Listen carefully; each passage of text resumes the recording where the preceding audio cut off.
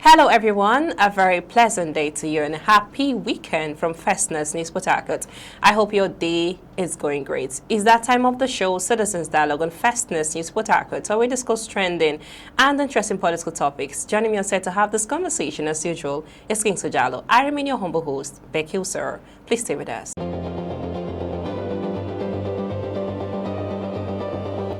Welcome back to the show, Citizens Dialogue on Festness News Port Harcourt. Thanks for joining us. It's a pleasure having you on set, Kings. Thank you so much, How are you doing, Kings? Fine, thank you. I hope your week has been, great and splendid. Of course, and a happy weekend to you. Yeah, happy weekend to you as well. How's it been, the roads and the challenges, coming, the dust and all that? Well, have you been coping? In terms of the dusty level, it's so high, I think it's due to the construction, most especially it's in been very challenging, in for the everybody. Oasis and thereabouts, We've been seeing on the ongoing construction, I think, which has been a result of that dust and thereabouts. And I feel they're actually a bit more, I feel I'm seeing speed. Yes, like, they'll be speed, and I believe anytime soon, they will start seeing some conclusion on those road infrastructure and thereabouts. Thank you so much. Okay, so let's just look for the stories for today. Okay.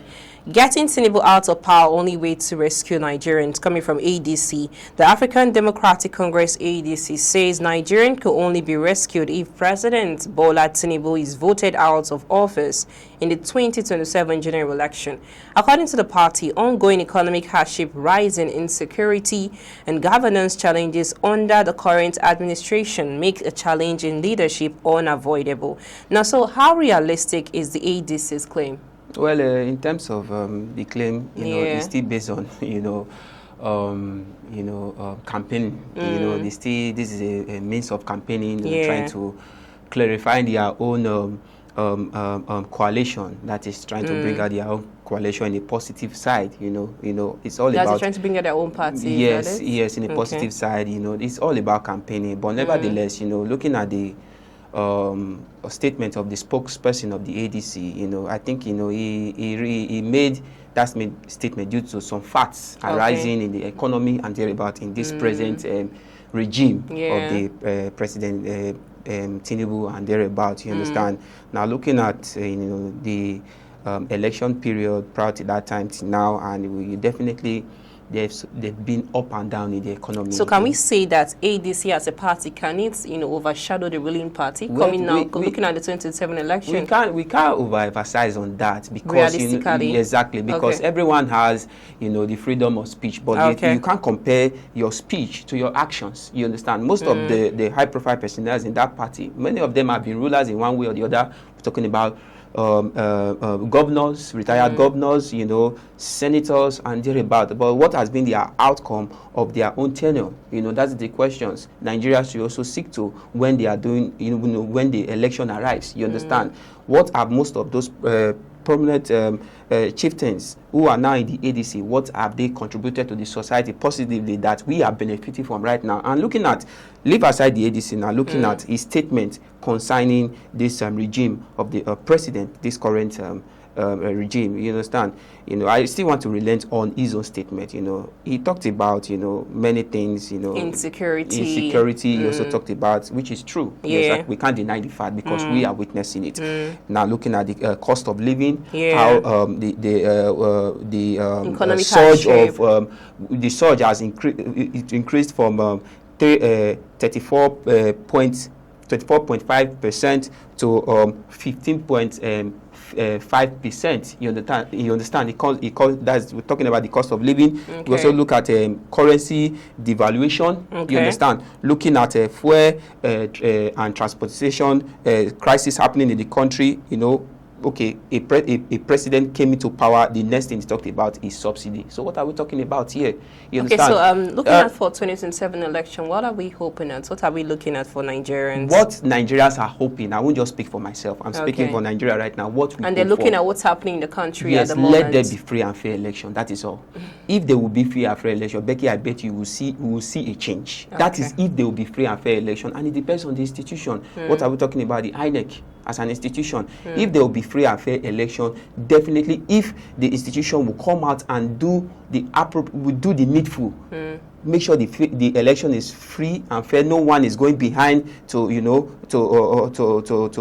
steal votes or steal ballot box, do those menace they usually do during election in most cases. You understand? Definitely we will see changes. There will be changes in terms of rulership if there will be a free and fair election. But whereby there is no free and fair election. But does it really matter whether there is change? If maybe let's take for instance another ruling party comes up now.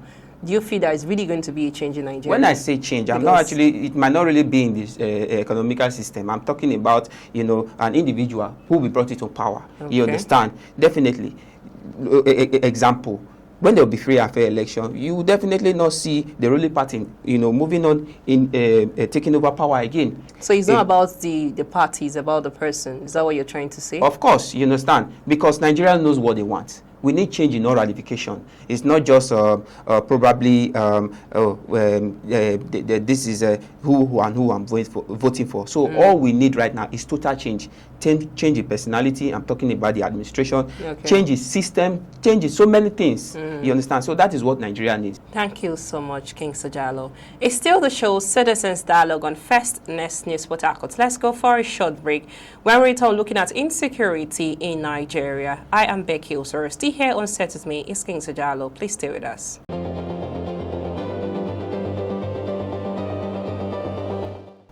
Welcome back to the show, Citizens Dialogue on First Nest News Port Harcourt. I am Becky Osoro. Still here on Set With Me is King Sajalo. Thanks for staying with us. Okay, Jalo, so just use the story headline to round up for this segment for today.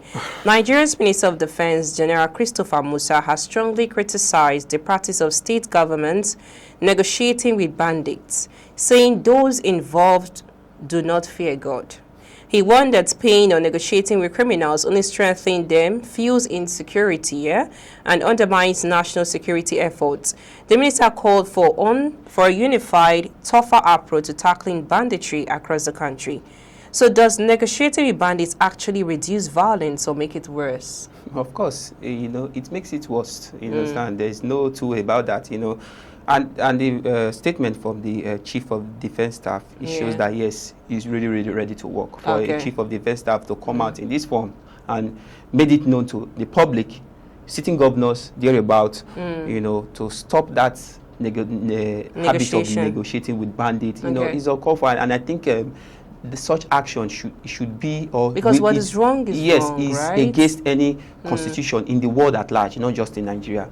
Because how will bandits, take some drastic acts, then the next thing you hear is governors of the federal government trying to negotiate with them. Already have it in mind that, look, when we do this, these governors or thereabouts will definitely meet to our demands. So what does negotiation, send to criminals and then to other Nigerians? It's simple. It's to criminals, it gives them the mind, to continue doing that which they do. Because when you keep giving them what they need, definitely, and whatever you give to them, they will consume it. They will call for more. You understand? That is what the Chief of Defense Staff is simply clarifying Nigerians. And to Nigerians, this definitely will put fear into the minds of Nigeria, because everyone now will be scared of movement. Oh, if I'm being captured now, where do my family, most especially those who are, middle class level and thereabouts, who don't really, you understand, financially buoyant. You understand? Imagine a farmer being caught and asked to be paid a ransom of 100 million naira. Of what measures do you want him to get such amount? So that is what is telling on the citizens. And now in the aspect of our governors, most especially governors, negotiate is a call for. Okay, so to cut the story short, there should be no more negotiations between government officials and bandits, because that will, will empower them more to do more of their drastic acts. You understand? Because when these government officials keep going to them, definitely they will want to derive for more, funds by kidnapping and demanding for more ransom. So instead, there should be actions rather than maybe government officials trying to negotiate with them. So I believe with the help of the military tactics, all these things will be stopped and put to an end, so that Nigeria will be a better place for all its citizens once more. Thank you so much, King Sajalo. It's a pleasure having you on set. Thank you, Becky. Thanks, everyone. That's our show for today. Citizens Dialogue on First Nest News Port Harcourt. I am Becky Uzor from I and the entire team in Port Harcourt, Nigeria. Many thanks for watching. Bye for now.